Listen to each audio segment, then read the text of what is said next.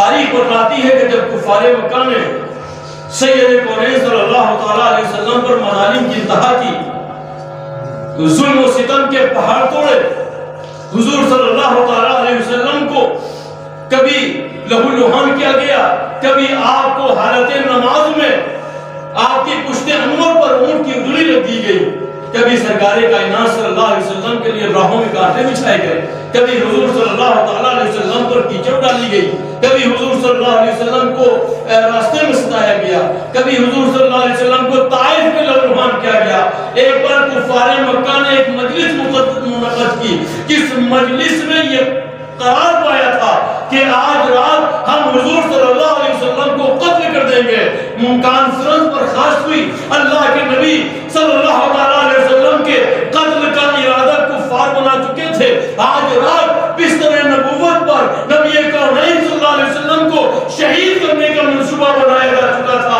اللہ کے نبی صلی اللہ علیہ وسلم کے بعد حضرت جبریل امین آ گئے، عرض کیا کہ یا رسول اللہ، آج رات کفار مکہ نے آپ کے قتل کا منصوبہ بنا لیا ہے، اللہ کا حکم ہے کہ آپ مکہ چھوڑ کر مدینے کی طرف ہجرت کر جائیں۔ نبی کونین صلی اللہ تعالیٰ علیہ وسلم نے سنا، تاریخ بتلاتی ہے، کتب حدیث اور کتب سیرت میں لکھا ہوا ہے کہ حضرت جبریل امین جب سرکار کے پاس آئے تو حضور کو مکہ چھوڑنے کا ایک غم ہوا، حضور کی جان پر بنائی اس کا احساس نہیں، لیکن ایک مقدس شہر چھوٹنے کا احساس ہوا۔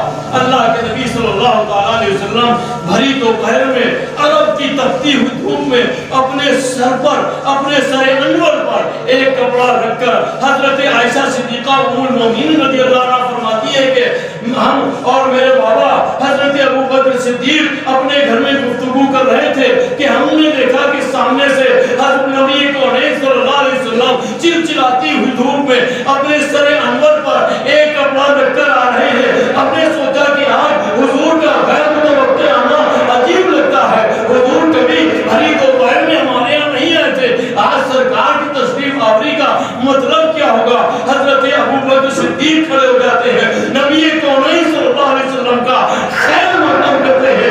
اللہ کے نبی صلی اللہ علیہ وسلم حضرت ابوبکر صدیق کے گھر آئے، آپ نے فرمایا کہ اے ابوبکر، کفار مکہ نے میرے قتل کا منصوبہ بنا دیا ہے، آج رات وہ مجھے قتل کرنا چاہتے ہیں۔ اللہ کے پیارے فرشتے جبریل امین نے ہمیں خبر دی ہے اور اللہ کا حکم ہے کہ آج ہم مکہ چھوڑ کر مدینے کی طرف ہجرت کریں۔ تو ابو بکر آخر کون ہے جو ہمارا ساتھ دے سکتا ہے؟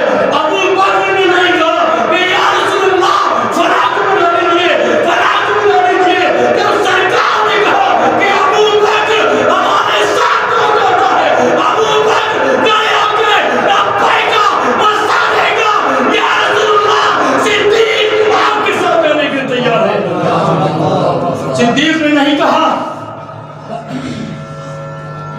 بھگوانوں کا فتویٰ لگانے والوں، ابو بکر صدیق نے نہیں کہا کہ یا رسول اللہ فلاں کو بلا لو، صدیق حاضر ہے یا رسول اللہ۔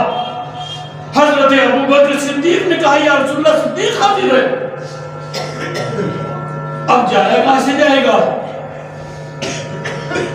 تجارت کے سامان سفر کون تیار کرے گا؟ حضرت صدیق اکبر رضی اللہ تعالیٰ عنہ کی ایک بیٹی حضرت عائشہ صدیقہ سے بڑی اسما بنت ابو بکر عرض کرتی ہے کہ یا رسول اللہ، سامان سفر ہم تیار کریں، اب سفر کے لیے سواری کہاں ہے؟ حضرت ابو بکر صدیق نے عرض کیا کہ یا رسول اللہ، میرے پاس 2 اونٹنیاں ہیں، 4 مہینے سے ببول کی پتی کھلا کر میں نے انہیں اسی دن کے لیے پرورش کیا تھا۔ یا رسول اللہ، 1 اونٹنی آپ لے لیں، 1 اونٹنی میں لے لوں گا۔ صدیق پر اور رسول کے درمیان یہ مشورہ ہوا۔ اللہ کے نبی صلی اللہ تعالیٰ علیہ وسلم نے حضرت صدیق اکبر کی صداقت کو اپنے مقدس کلمات سے نوازا۔ تاریخ بتلاتی ہے کہ جب حضرت سرکار سیدنا صدیق اکبر رضی اللہ تعالیٰ عنہ ہجرت کے لیے تیار ہوئے تو حضور صلی اللہ تعالیٰ علیہ وسلم نے فرمایا کہ ابو بکر مقام حضورہ پر مجھے ملنا ہے۔ حضرت ابو بکر سے فرمایا کہ مقام حضورہ پر ملنا ہے۔ یہ وہ مقام تھا کہ جس مقام پر صرف کانٹے ہی کانٹے تھے، اس مقام سے گزرنے کے لیے یوں کہا تاکہ کفار مکہ اندازہ بھی نہ لگا پائیں کہ کوئی کانٹوں کے جنگل سے بھی گزرا ہوگا۔ قربان صدیق کی بات پر آپ اپنے کاشان انور میں تشریف لائے، مولا کائنات شیر خدا حضرت علی المرتضیٰ علیہ السلام کو بلایا اور آپ نے ارشاد فرمایا کہ اے علی آج رات ہمیں ہجرت کا حکم ہے، ہم مکہ چھوڑ کر مدینے کی طرف ہجرت کریں گے، ہمارے پاس فلاں فلاں کی یہ امانتیں رکھی ہیں، اے ابو بکر اے علی یہ امانتیں تم فلاں فلاں کو پہنچا کر اور صبح تم بھی مدینے کی طرف ہجرت کر دینا۔ حضور صلی اللہ تعالیٰ علیہ وسلم نے اپنا بستر نبوت حضرت علی کو دے دیا تھا، جس بستر نبوت پر آج قاتلانہ حملہ ہونے کی سازشیں تھی، لیکن حضرت علی جانتے تھے کہ موت علی کو کہیں آ سکتی ہے، لیکن آج علی کو بستر نبوت پر موت نہیں آ سکتی، اس لیے کہ نبی کا حکم ہے اے علی میرے بستر پر سو جاؤ۔ حضرت مولا کائنات علی المرتضیٰ علیہ السلام فرماتے ہیں کہ جس قدر پرسکون نہیں ہمیں اس رات بستر نبوت پر آئی، میں تمام زندگی اتنی سکون کی نہیں سو سکا۔ اللہ کے نبی صلی اللہ علیہ وسلم نے رات میں بستر نبوت چھوڑ دیا، آپ نے مٹھی پر خاک لی، سورہ یاسین کی کچھ آیتیں تلاوت کی، کفار کا ہجوم باہر تھا کہ حضور کو قتل کر دیا جائے گا۔ حضور صلی اللہ تعالیٰ علیہ وسلم باہر تشریف لائے اور آپ نے تمام کفار مکہ کے سروں پر دھول جھونک دی اور آپ دھول جھونک کر نکل گئے۔ وہ دیکھ بھی نہ پائے کہ ان کے درمیان سے حضور صلی اللہ علیہ وسلم چلے گئے۔ ایک شخص جو باہر تھا اس نے حضور کو جاتے ہوئے دیکھ لیا تھا، اس نے آ کے کفار مکہ سے کہا کہ تم سب اندھے کے اندھے کھڑے رہ گئے، تمہارے درمیان سے محمد عربی نکل گئے۔ انہوں نے کہا کیا کہا؟ ایسا کہاں ہو سکتا؟ کہا وہ نکل گئے، تمہارے سروں پر خاک جھونک گئے ہیں، یقین نہ مانو اپنے سروں کو دیکھو۔ تمام کفار نے اپنے سروں کو دیکھا، ان کے بالوں میں مٹی تھی۔ اس کی بات کا یقین آیا، تب حضور کو ڈھونڈنے لگے۔ حضرت صدیق اکبر سے حضور نے فرمایا تھا کہ مقام حضورہ پر ملنا۔ حضرت ابو بکر صدیق طے شدہ معاملے کے مطابق مقام حضورہ پر پہنچ جاتے ہیں۔ حضور صلی اللہ تعالیٰ علیہ وسلم نے یہاں سے کعبہ کو دیکھا اور مخاطب کر کے فرمایا کہ اے کعبہ، اے شہر مکہ، میں تمام دنیا سے زیادہ تیری عظمتوں اور محبتوں کا قائل ہوں، لیکن میری قوم نے اگر مجھ پر مظالم کی انتہا کر کے مجھ سے یہ شہر نہ چھڑایا ہوتا تو میں تیری پاک دھرتی کو کبھی نہیں چھوڑتا۔ اے اللہ، ابراہیم نے کعبے کو حرم بنایا ہے، میں مدینے کو حرم بناتا ہوں، میرے لیے مدینے میں برکتیں عطا فرما۔ اس کے بعد اللہ کے نبی صلی اللہ علیہ وسلم نے حضرت سیدنا ابو بکر صدیق رضی اللہ تعالیٰ عنہ کی معیت میں سفر شروع کر دیا۔ تاریخ بتلاتی ہے کہ کانٹوں کی سرزمین سے مصطفیٰ کا کائنات صلی اللہ علیہ وسلم چل رہے تھے۔ حضرت ابو بکر صدیق ساتھ میں ہے، نبی کونین صلی اللہ علیہ وسلم کے قدم نبوت میں کانٹے بھوکے آپ کے قدموں سے خون بہنے لگا۔ ابو بکر صدیق نے دیکھا، قربان جاؤ اور سنو، اے بگوڑا بگوڑی بولو، تاریخ سیرت بتلاتی ہے کہ ابو بکر صدیق نے نبی کونین صلی اللہ علیہ وسلم کے قدموں کو خون آلود دیکھا، عرض کیا کہ یا رسول اللہ، صدیق کے پیادے حاضر ہیں۔ حضرت ابو بکر صدیق اکبر پر بھگوڑے کا الزام لگانے والوں تاریخ سیرت پڑھو۔ حضرت ابو بکر صدیق نے اپنے کاندھے دی، یا رسول اللہ، آپ کے قدم نازنین خون آلود ہو گئے ہیں، یا رسول اللہ اب آپ سے کانٹوں کی سرزمین پر چلا نہیں جائے گا، آپ میرے کاندھوں پر بیٹھ جائیں۔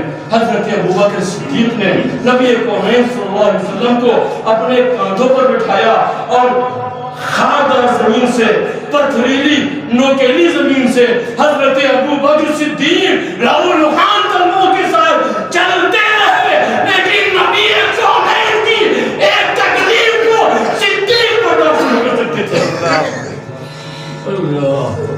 غارے سور تک پہنچ گئے۔ اللہ کے نبی صلی اللہ تعالیٰ علیہ وسلم کو حضرت ابوبکر صدیق نے غارے سور کے دروازے پر روک دیا، کہا یا رسول اللہ بھی آپ یہیں تشریف رکھیں، ابھی میں اندر جا کر غار کی صفائی کرتا ہوں۔ جناب سیدنا صدیق اکبر رضی اللہ تعالیٰ عنہ غار کے اندر گئے، غار کی صفائی کی۔ غار کے اندر سانپوں کے کئی سوراخ تھے۔ حضرت صدیق اکبر نے اپنے پیرہن کو پھاڑ کر ان سوراخوں میں گھس دیا، لیکن ایک سوراخ کھلا رہ گیا جہاں آپ کے کپڑے کم پڑ گئے۔ حضرت ابوبکر صدیق نے رسول اللہ کو آواز دی، رسول اللہ تشریف لائیں، میں نے غار کی صفائی کر دی ہے۔ اللہ کے نبی صلی اللہ تعالیٰ علیہ وسلم غار سور میں تشریف لے گئے۔ تب حضرت سیدنا ابوبکر صدیق رضی اللہ تعالیٰ عنہ کے زانوں پر سر رکھ کر حضور صلی اللہ تعالیٰ علیہ وسلم آرام فرمانے لگے، اور حضور نیند کی آغوش میں پہنچ گئے۔ نبی کریم صلی اللہ تعالیٰ علیہ وسلم سو رہے تھے، حضرت ابوبکر کا زانو تھا، نبی کا سر تھا۔ حضور صلی اللہ تعالیٰ علیہ وسلم کے اس پیارے صحابی کو بھگوڑا کہنے والے سنے۔ ہجرت میں کتنی مشقتیں حضور کی خاطر حضرت ابوبکر صدیق نے جھیلی۔ حضرت ابوبکر صدیق نے اپنے زانوں پر حضور کا سر انور دیکھ کر خوش ہو رہے تھے۔ اچانک سوراخ سے ایک اژدہا نکلا اور حضرت ابوبکر صدیق کی ایڑی کو ڈس لیا۔ ایک بار نہیں ڈسا، متواتر وہ ڈستا رہا۔ حضرت ابوبکر صدیق ہر بار تکلیف کو برداشت کر جاتے تھے، لیکن ایک وہ وقت آیا کہ حضرت ابوبکر سے اب تکلیف برداشت نہیں ہوتی ہے۔ حضرت سرکار سیدنا ابوبکر صدیق رضی اللہ تعالیٰ عنہ کی آنکھوں سے بے ساختہ آنسو جاری ہو گئے، روئے انور پر آنسو گرے۔ نبی کریم صلی اللہ علیہ وسلم کی آنکھ ہوتی ہے، آپ پوچھتے ہیں ابوبکر تم کیوں رو رہے ہو؟ عرض کیا کہ یا رسول اللہ تمام سوراخوں کو ہم نے اپنا پیرہن پھاڑ کے بند کر دیا تھا، لیکن ایک سوراخ باقی تھا، میں نے اس میں اپنی ایڑی لگا دی تھی۔ اب اس ایڑی پر اژدہا نے اتنی مرتبہ کاٹ لیا کہ اب مجھ سے تکلیف برداشت نہیں ہوتی۔ نبی کریم صلی اللہ علیہ وسلم نے فرمایا ابوبکر اپنی ایڑی لاؤ۔ سرکار ابوبکر نے نبی کریم کے سامنے اپنی ایڑی رکھی۔ اللہ کے رسول صلی اللہ علیہ وسلم نے حضرت ابوبکر صدیق کی ایڑی پر اپنا لابے دہان لگا دیا، سارا زہر ختم ہو گیا۔ حضرت ابوبکر صدیق کو جیسے کوئی تکلیف پہنچی ہو، اپنی وفاؤں کی حد کر دی، سانپ کے بل پر انگلی رکھ دی۔ ایسے بھی تھے اصحاب محمد صلی اللہ علیہ وسلم۔ اب غار سور میں یہ دونوں ساتھی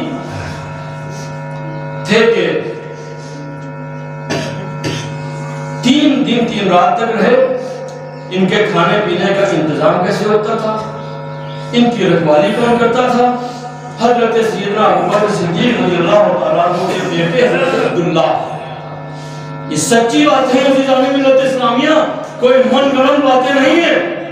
حضرت عبداللہ ابوبکر صدیق کے بیٹے تھے، جو رات میں غار سور پر پہرا دیتے تھے، وہاں سوتے تھے، صبح اٹھ کر مکہ کی گلیوں میں گھومتے تھے اور یہ جائزہ لیتے تھے کہ کفار نے کون سی سازشیں اور اسکیمیں بنا رکھی ہیں۔ رات کو جا کر حضور کو پھر وہ بتاتے تھے۔ پوری رات غار سور کے بہانے پر صدیق کا بیٹا عبداللہ رہتا تھا۔